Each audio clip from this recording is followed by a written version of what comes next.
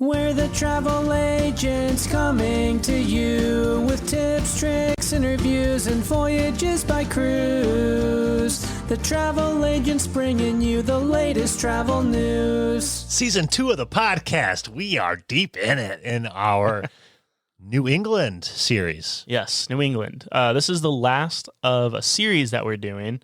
We're only doing a series because I lived in the Pacific Northwest and I lived in New England for the better part of the last year, really. And we have a lot to talk about in these two regions. And yeah, You're on both coasts. I want to throw a curveball at you. Sure. So 6 states make up New England. Can you name them? Yeah, I can give it a go. Okay. Massachusetts, Yeah. Rhode Island, Yes. Delaware. No. All right, New Hampshire, Connecticut, Yes and yes. Vermont. Yes. What am I missing? Did you say the one that we're doing? Did I say Maine? I don't know. Did you? I don't know, listeners. Did I say it? Sorry. I forget. You said Rhode Island. Yeah. So it's Maine, New Hampshire, Vermont, Massachusetts, Connecticut, Rhode Island. Yeah. Oh, I think okay. You got them. Maybe I meant to say New Hampshire and I didn't. I don't know. I thought It doesn't you said matter. New Hampshire. So Maine is today's topic, and population 1.3 mil. Wow. You got some fun animals here that we don't see in Ohio. Yeah. We got puffins, whales, moose. Meese? And mooses just is not a word. It is not. It's going to feel weird saying moose, but You have 3,500 miles of coastline. Do you know the capital of Augusta? is it going to be Augusta? How embarrassing. Do you know the capital of Augusta? Largest city is Portland, which you went to. I did not. Mm-hmm. Just quick. I remember first week of travel agent school. No, there is no school. It was literally my dad being like, all right, dude, to watch this YouTube video. No, but they were like, don't get the Portland airport codes mixed up. Sure. You don't want to send someone to the other side of the country. Yeah, a little bit of a difference. Yeah. Portland, Maine is PWM as in Papa Whiskey Mike, and Portland, Oregon is PDX as in Papa Delta X-ray. And did you know Maine was our country's 23rd state? I did not, but that seems like it should be higher for some reason in my head, but no, okay. That's cool. 23rd. So do you want to talk about this beautiful state? Yeah, I do. We have a lot to talk about. Here's 3 words to help you. Here's our defining words. Brian, there's a lot to see in Maine, but one of the things that I didn't get a chance to see is actually our first defining word, which you had a lot to experience in. It's called Acadia National Park. Wow. I'm really excited to talk about this later on in the episode. Can you give us a little bit of information as to why you call it a defining word of Maine? It's really nice. And that's your teaser. Just stay tuned. Stay tuned, I guess. Next word, go for it. Lighthouses. Maine is home to a lot of lighthouses. I think there's something around like 60, like 6, something like that, just on the border.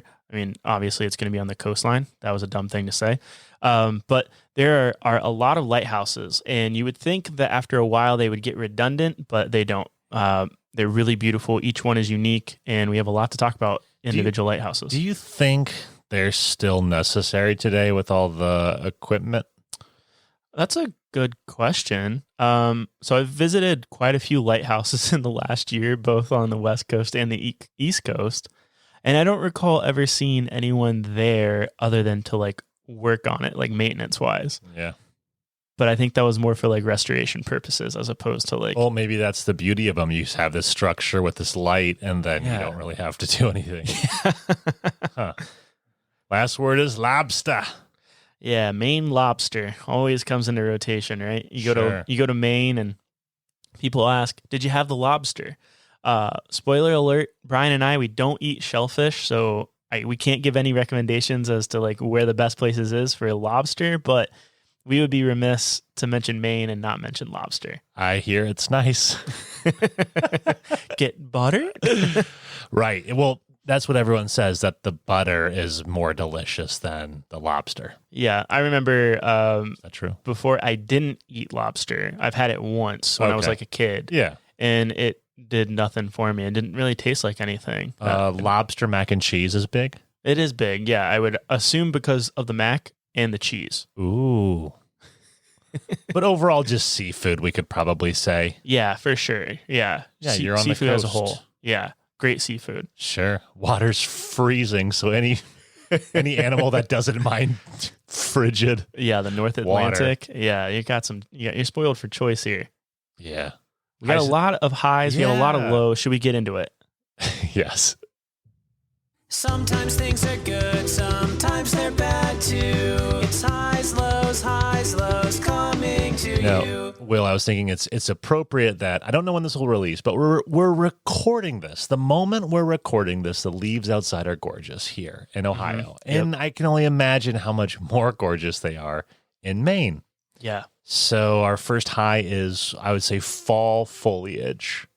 Yeah, I can actually speak from experience here. I was here during the fall time last year in 2021. Oh, jealous. And it was really, really cool. I mean, that speaks for all of New England, but Maine is a very popular location for New Yorkers to actually like drive north and go up and see the fall foliage. Well, and it's such a tourist. What word am I looking for? Option. I don't know. Where like there's like these fall foliage cruises that start in Boston or New York, and they actually go up all the way through Maine, down the St. Lawrence Canal into Montreal, and it's usually late September through October that you do these cruises. And there's bus tours as well, where you again start in Boston and you go up through Maine, do all the coast, see all the beauty. And these are literally called fall foliage tours. I will say it just kind of depends. Like I've sent clients on these tours and cruises in late September, and they've come back and said, it was a little too early. Everything was still green. Yeah, you never know. Yeah. And then I've sent people in late October, and they're like, well, we're kind of too late. Okay. So should be a tip. Second or third week of October, I think that's the sweet spot. Yeah, I would agree with that. If I remember correctly, it did seem like, second, third week, October, that was really the popular time for fall foliage. Ooh, another just little nugget to wet your whistle for my Acadia talk later is Kurt Dietrich Trail. This was one of the trails. It's named after this guy. I don't know anything about him, but it was like, imagine you put giant rocks on the side of a mountain and you like stairs, and you just climb up them, like climbing up giant stairs up a mountain with gorgeous views. Wow. And it just like really unique, but not just rocks, like slabs. Think of it like that. Okay. So to be continued. That's awesome. Will, what is Route 101?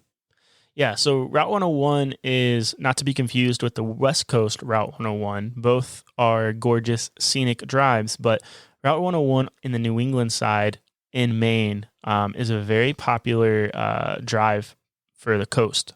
It's going to take you to all of these amazing lighthouses. Two of the ones that I really liked were the Nubble Lighthouse, which is south of Portland by, I want to say, 35 to 45 minutes. And then there's also the Portland Headlight Lighthouse, which is 15 to 20 minutes south of Portland. And it's also going to take you through this town in New Hampshire. So we're not going to talk too much about New Hampshire, but it's right on the border of Maine, right there, and it's called Portsmouth. And if you're going to do Route 101, I highly, highly, highly recommend that you either start or end in Portsmouth, because it's a really cool, beautiful town, beautiful coastal town, and all of the towns on Route 101 are going to be gorgeous coastal towns. And this is where you're going to see a lot of those rich senators that are living in New England area. They're going to be living on Route 101. Oh yeah. Last high was Little Owl's Head, Maine. So the nearest city would be called Rockland, which I want to say was 2 hours from Portland. So Rockland is just your trendy, it's like a Highland Square, right? But like, sorry, that's an Akron reference for anyone listening. But Rockland has all your all the needs that you would probably need in like a small town, like your local coffee shop, grocery stores, I don't know, laundromats, whatever. But like also like really good coffee shops. Did I just say coffee shops already? Food trucks is what I meant. Really good food trucks and like tons of art galleries. So if you're into art, there's something here. Very artistic towns. I was getting, and probably with Portland too. Probably get a lot of that artsy feel. And the little town I stayed in is called Owl's Head, and it's just like a charming town where there's cottages that overlook gorgeous parts of the Atlantic Ocean. Yeah, that's amazing. I think Maine as a whole has this essence of being like the sleepy beach coastal town. And all of Maine is like that. And it's just peaceful and gorgeous. And I don't know, Maine is really, really cool. I think a lot of the times people are like, you want to go to Maine? Man, it's worth it. Like, I know it's off the beaten path and I know it's often forgot about, but Maine is a really, really, really cool state. My buddy and I went to a Chinese restaurant and we're just chatting with the waitress and we're like, oh, she was Chinese. And we're like, cool. So like, can I just ask like why you moved to Maine, you know? She's like, I came here because I'm an artist. I was like, oh, that's really cool. She's like, there's just no better, more beautiful, outdoorsy, nature-esque things to paint than Maine, in her opinion. And she showed us some of her work. It was like really cool. Wow. It looked very Maine-centered, all of her work. And I was like, oh, this is a perfect place for you. I completely get it, man. Like, I can definitely see why people, authors in particular, flock to Maine and the New England area to draw inspiration or just have that quiet time to be alone and like create. Because I think Maine is just exemplary when it comes to doing something like that. Do we dare take our podcast studio to Maine to see if we get some inspiration? What if every podcast we had to take our podcast studio to that destination to record it? That'd be great. Let's do it. It'd be nuts. So we talked a lot about some highs. What are some of the lows that you experienced with Maine? Did you have any on your trip? Well, just that like it was kind of far from everything.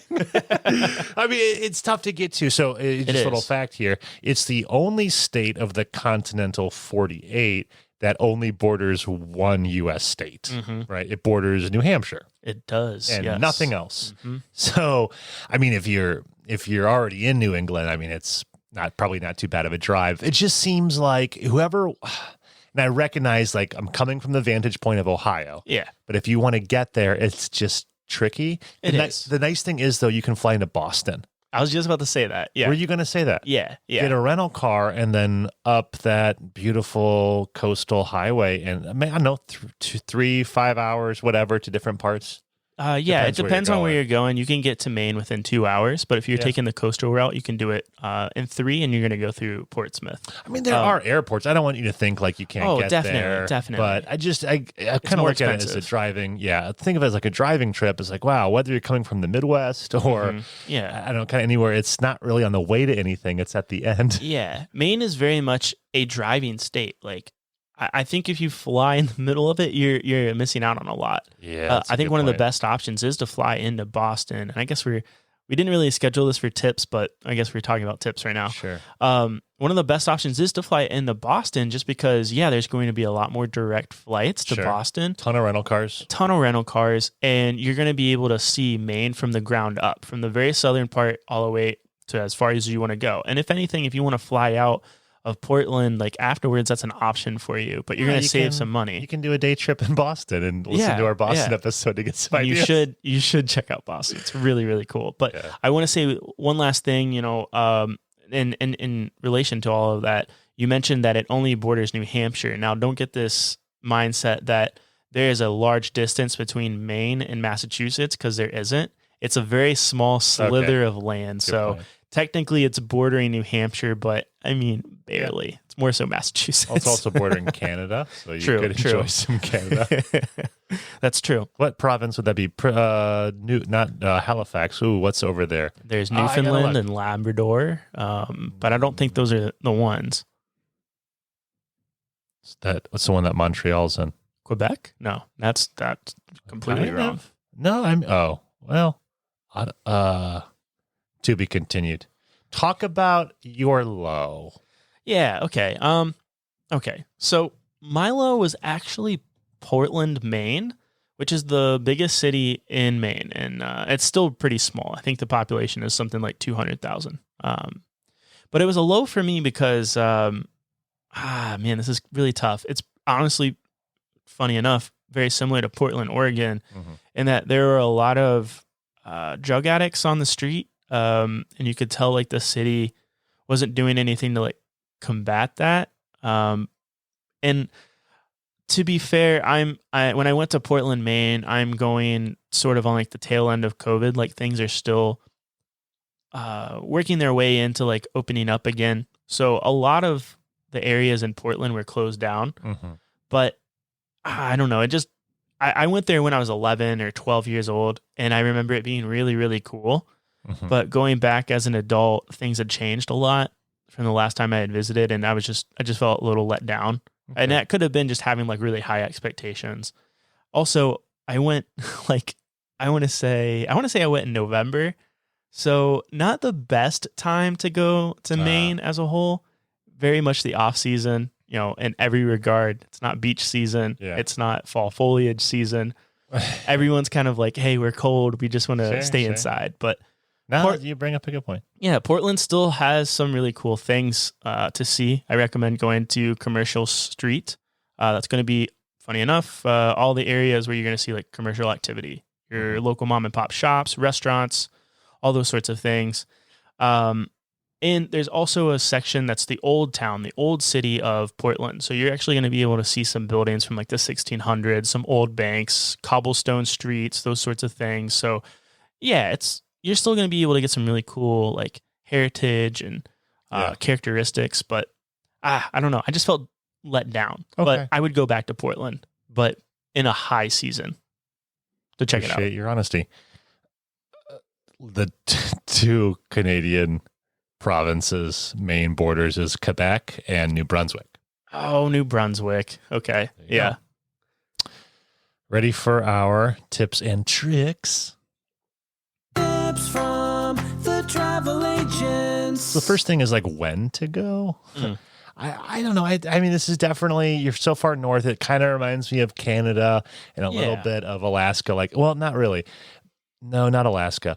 Canada in the sense of like you very much have a tourist window, and the winter is harsh. It's brutal. So if you can go in the summer, it's going to be lovely. And if you can go in, like we just said earlier, early to mid-October, beautiful fall foliage. Yep. I guess I just want to really make this point clear. I've been twice in August. Okay. And I packed a bunch of shorts. Yeah. This is August. Should be the hottest month, right? Nope. I never wore the shorts. Yeah, it's still pretty cold. I wore jeans and jeans and t-shirts, and then some days like long sleeve shirts, and then at night always a sweater or jacket. Was it like 60 degrees probably? Yeah. And the water is probably 40 to 50. 0. Yeah, it's super cold. Super cold. So cold. But to that point, like in the off season, what we were really surprised in, again, I think we went in this particular instance, it was late October, early November, and we were on Route 101 taking my father-in-law along the route and showing him some of the beautiful parts of Maine off the route. And we ran into a little like beach area, and the entire beach fronts are like there's no one there besides like seals. We hit this one really popular area, and it was all surfers, like super like intense, really into it surfers, like hippie vans and everything. And they're all wearing wetsuits, and they're having the time of their lives surfing in this area in Maine in the off season. So like sometimes like the off season to us and that tourist like perception of like fall and your stereotypical like beach season, granted it's still not going to be like Florida. It's not even Virginia Beach. It's still pretty cold. In the off season, there's these opportunities for like surfers to go and get these beachfronts all to themselves and surf some really cool waves. Cool. Which is cool. Yeah. We should hit before I go into my Acadia run, we should hit the other ones. Like, tell us about Kennebunkport. Yeah, this is a really cool town. I had learned about it in a tour in Boston. Someone had mentioned that George Herbert Walker Bush, so Bush Sr., lives in Kennebunkport. I was like, okay, interesting. So I looked it up just kind of like out of why would you live in this like random town in Maine? And there was enough there that I was like, oh, this seems pretty cool. And it's kind of off Route 101. So you're going to like these high touristy areas, and Kennebunkport is actually a touristy area, but Kennebunkport is really cool. Like if you're looking for that really great seafood, if you're looking for, again, that sleepy like town feel, coastal sleepy town feel, Kennebunkport is just a really cool place like to go and like get off Route 101 and check out like a really cool town that has a lot of wealth and stuff there. So nice. And then talk about animal watching. Yeah, Maine has, I mean, it's a lot of nature, a lot less people in Maine than there is in Massachusetts and probably New Hampshire. And there's a lot of incredible moments for animal watching. You're going to have moose there. Now, you can't go on any moose tours that I know of, but you can go on whale watching tours and get opportunities to see humpback whales, right fin whales, I think they're called, as well as the birds known as puffins.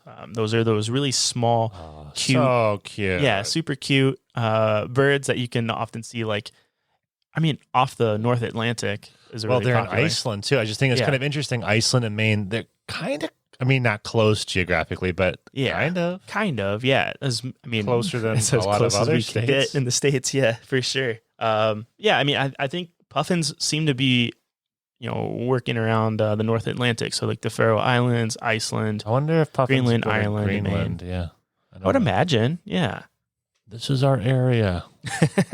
So interesting. May I talk about Acadia? Please, man. You've been teasing it.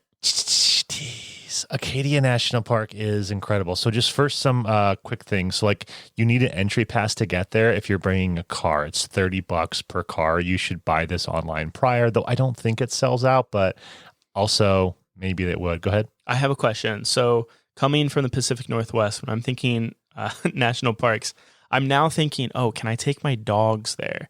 Do you know if Acadia is dog friendly? I don't know. Can you okay, Google I'll look it up. Yeah, Thanks. you keep talking. Okay. Cadillac Hill. This is really cool. This is that like super important lookout point that you'll see in all the postcards. New for 2021 though, you get like, they're trying to limit the amount of cars that come up. So you pay $6, but you have to book it in advance and it's like a timed entry. So you get like an entry slot of 10 a.m., 11 a.m., etc. And then you get to go up during that time. You ready? Yeah, so real quick, pets are prohibited on the following trails: Precipice Trail, Beehive Trail, Ladder Trail to Door Mountain, Beach Cliffs Trail, Perpendicular Trail, and Jordan's Cliff Trail. So some of the trails, which is like 100 miles of the trails, are available for pets. Right on. So like chances are when you arrive at Acadia National Park, your GPS is going to take you to the visitor center.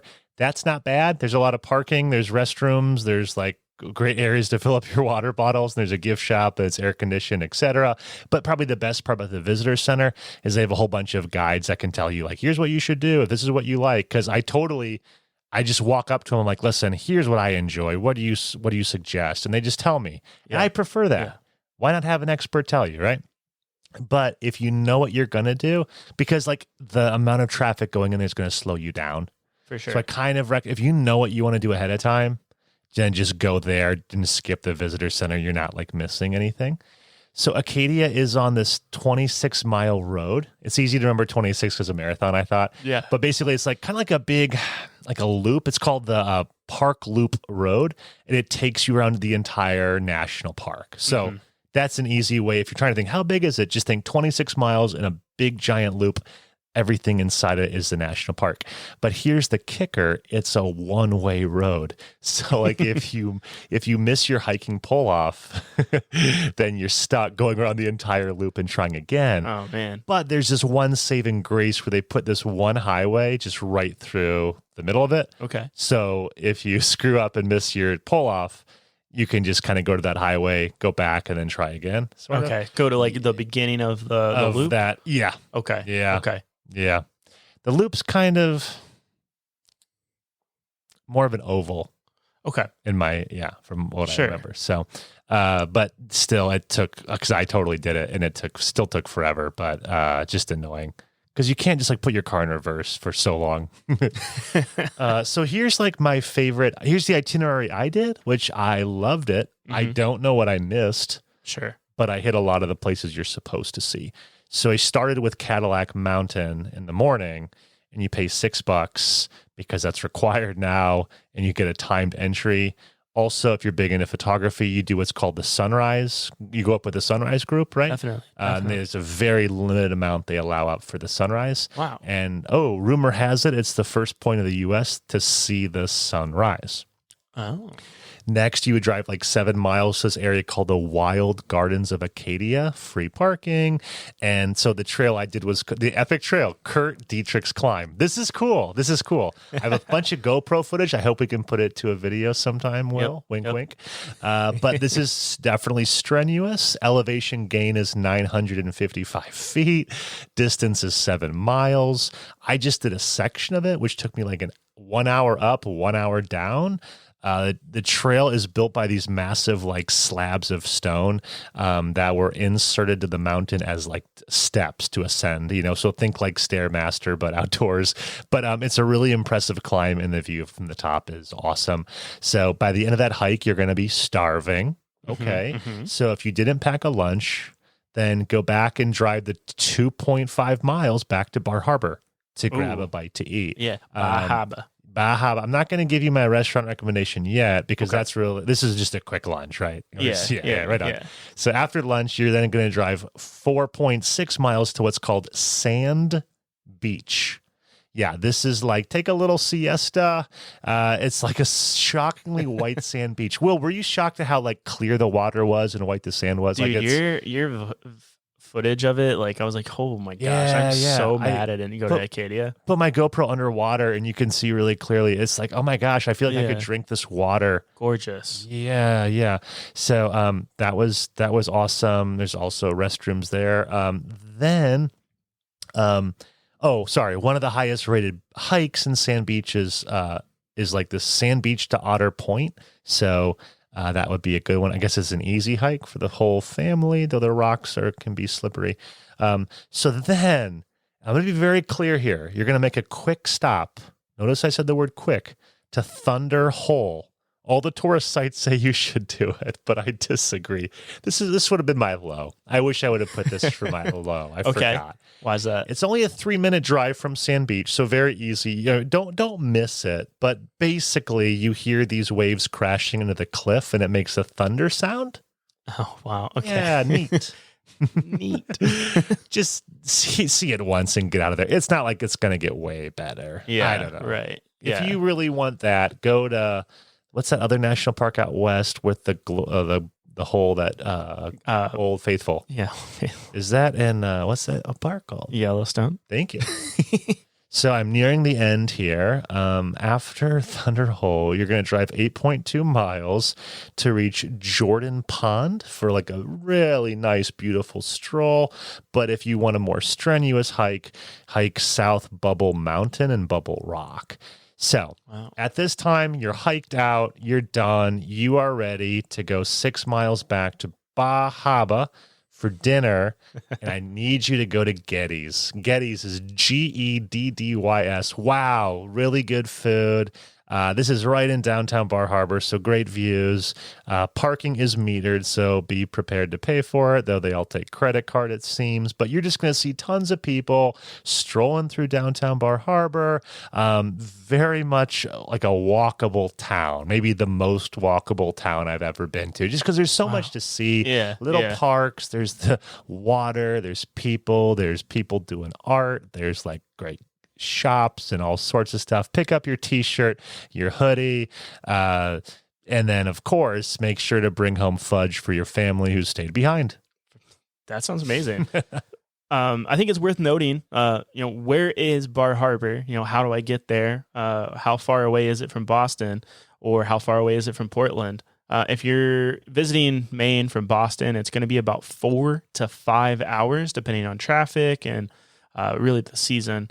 If you're driving from Portland, Maine, it's going to be about 2 to 2.5 hours away. So it's kind of like in the middle of nowhere, Maine, I would say. Sure. Like there's no major cities around, but it's going to be close to like the coast, and it's a really popular area. So there's gonna be a lot to do. And needless to say, for Maine, you need a car. Oh my gosh! Yes. It's not really a choice. Yes. Unless you're doing a bus tour, then Yeah, I guess that could work. you're in a car. I had a client who wanted to take his bike from the most northern part of Maine and take it, his motorcycle bike, all the way from the most northern part of Maine all the way down to the southern tip of Chile in South America. Because, I was like, dude, that sounds amazing. And he got all the way down to, I want to say, where did he get? He went all the way down to Boston area, and he got hit by a hurricane or something. And like injured his leg. Not good on a motorcycle. Yeah, and just couldn't continue his trip. So I hope he was able to eventually do that. Have you ever had the draw just to get a motorcycle? Never. Really? Never. You've never had that? You? I guess not. But I can see why it would be fun. The open road, I guess, would be appealing, but like, I don't know. Not for you. Not worth the risk, I guess. You'd prefer a Tesla. Heck yeah, dude. Take a nap while I drive. No, I'm kidding. Or am I? Ready for our standby items? It's safety and other info with standby items. Here we go. So a good friend of mine was actually born in Maine. Oh, really? Who? His name's Will. Oh, okay. Wait a minute. Well, actually, Will was just talking. You were just talking before the podcast, like we should do some episodes to talk more about who we are. Yeah. I was thinking that because I've had a few people reach out to us and like want us to like talk about ourselves.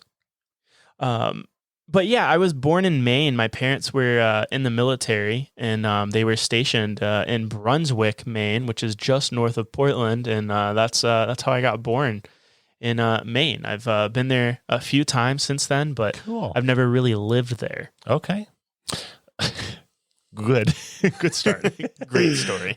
Next. No, I actually like it. You've had an interesting life because then you lived from Maine to Spain. Yeah. And From Spain to Akron. are we going to do a Spain episode soon? Oh, are we going to have a collaboration on Spain? How cool that we are getting other podcasters involved with our podcast. It's pretty fun. It's pretty fun. We're getting involved with their podcasts. Yep. Very fun. This is true. Season 2 Community is just super fun. Maybe the most fun season yet. Food. Yeah. Food. So we're trying to be really conscientious of like mentioning some like great food places when we travel to these locations. And Sure. like I said, like neither of us eat lobster or really shellfish. And truth be told, I have a fish intolerance. So I can't really eat fish too much either. So I'm not going to be speaking on seafood. But when I looked up things to see in Portland and things to do in Portland, the first thing that came up was donuts. And I'm wondering if Google thought I was talking about Portland, Oregon, because Portland, Oregon is really well known for donuts. But there's this very famous, donut location in Portland, Maine called the Holy Donut. And it's a donut chain, like just a local Portland, Maine donut chain. So it's not going to be like a global chain or anything like that. But they're called the Holy Donut. And what makes them so special is their donuts are actually potato based. And they taste like they would be potato based. They were okay. Worth checking out. I want to go next. In my Rockland, Maine city, there is a Rock City Coffee. Ooh. Just delicious. Nice coffee, great atmosphere, free Wi-Fi. Go there and, I don't know, get some blogging done after you've gone out for the day or before you go out for the day and see all the sights. That was like one of my regrets with my stint in New England was that I waited way too long to visit Maine. I wish that I had visited there early and just taken a laptop and just gone up there to just write. Like, I don't even know, just like write anything. Maybe your book. Maybe my book. I do have a book. Where did you write most of your book? In Seattle, yeah. Yeah. That's a cool place to write a book. I guess so. Yeah. I guess I can always say, like, not only did I write a book, I wrote a book in Seattle. But there is a really cool coffee shop in Kennebunkport, and the name escapes me. I'll try and find it. But I think it's really, Kennebunkport is small enough. It's going to be like one of the only places that has coffee. But I just remember it, like the atmosphere there was just really cool and like very, very cafe like, very bring a book, read or write a book type vibe. But right on.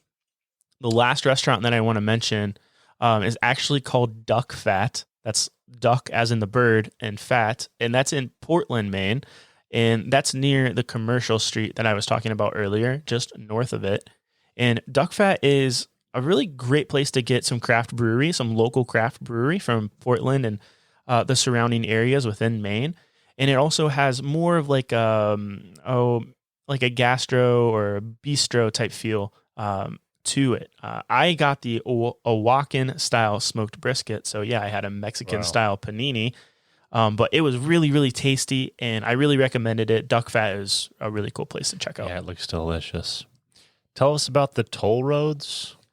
Yeah, so I think it's worth mentioning that, like, if you're coming from Boston and you're going into really Portland, I got hit by 3 toll roads, and if you don't have cash, you have to, pay online. Like they don't take credit cards. They don't do, you have to do the dishes.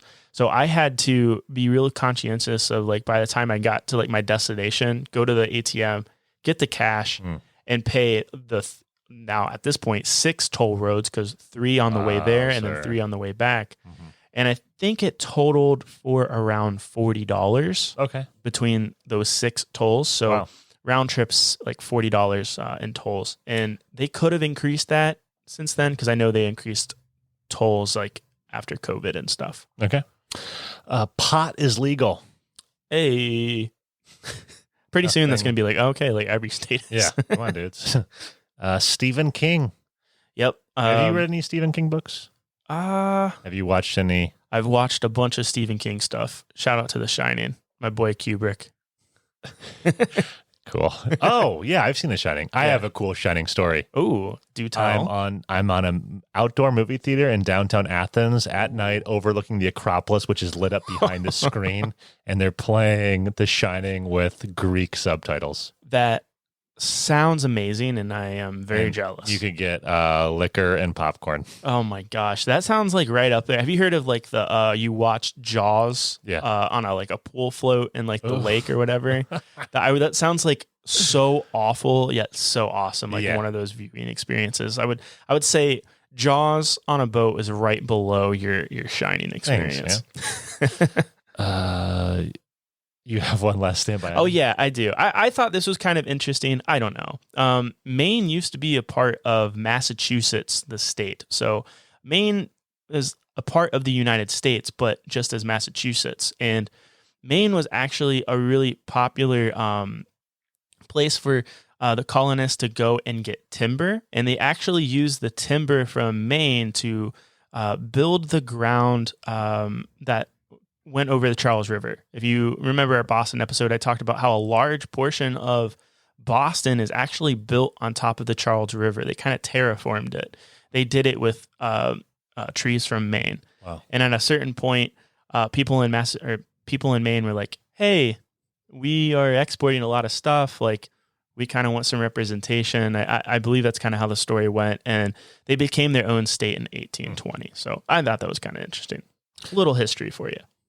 I love you being on this podcast, that you bring these historical pieces that I would never think to talk about or remember. Yeah, I know history is definitely not your thing. You're self-admitted. Yeah. And I know you're like, here we go. No. I get excited. I'm kidding. Do you think we did this state justice? Do you think we've wet people's whistles? Yeah, I think, hopefully, I hope. There's a lot to do in Maine. I wish that I had a chance to do more of it. That's probably my biggest regret living in New England, was that I didn't do enough in Maine. So do you have any last tips or thoughts for people who are listening? Yeah, take it serious. Take Maine serious. It's not something that you're kind of like, oh, okay, Maine. Maine is really cool, really cool. If you're into nature and hiking and canoeing, water sports, food, culture, like honestly, Maine's got a lot going for it. It's really cool. One of my travel reps has a second house in Maine, Oh, That's awesome. what they chose. Yeah. They're from the Midwest, I think, somewhere Okay. around here. Okay. But they were like, it's like, yeah, we're looking at doing the second house in Florida. It's like, no, Yeah. wow, we both love Maine. Why not do Nice. that? Yeah. Very, very rarely are you going to get hit by a hurricane. Too. Great point. It's kind of nice. Shout out to some new subscribers. We got Rachel, Wendy, David, Laura, and my new friend Amadeus. Nice, man. Yeah, he was named after the 1980s song "Rock Me Amadeus." No joke. Nice. Yeah. Nice. Yeah. That's awesome. That's how he Amadeus. introduced himself to me. So thanks so much. We have new people listening and seem to enjoy the podcast. Yeah. How much does that just affirm you? It's really cool. It's cool to know that it's not, like we've said this a few times, that it's not just family and friends listening. Like it's people that we don't know. Mm-hmm. It means a lot to us. We would love to shout you out. We would love to interact with you. If you have questions for us, if you have advice, if you have things that you want us to talk about or anything like that, like we're available. Like we want to talk to you. We want to have this community with you. You can reach us on our website. There's a contact us page form there. You can fill it out and we'll see that question or whatever you want to say to us. Same thing on social media. You can reach out to us there. Or if it's easier for you, you can just email us. I have the email address in the description of this episode.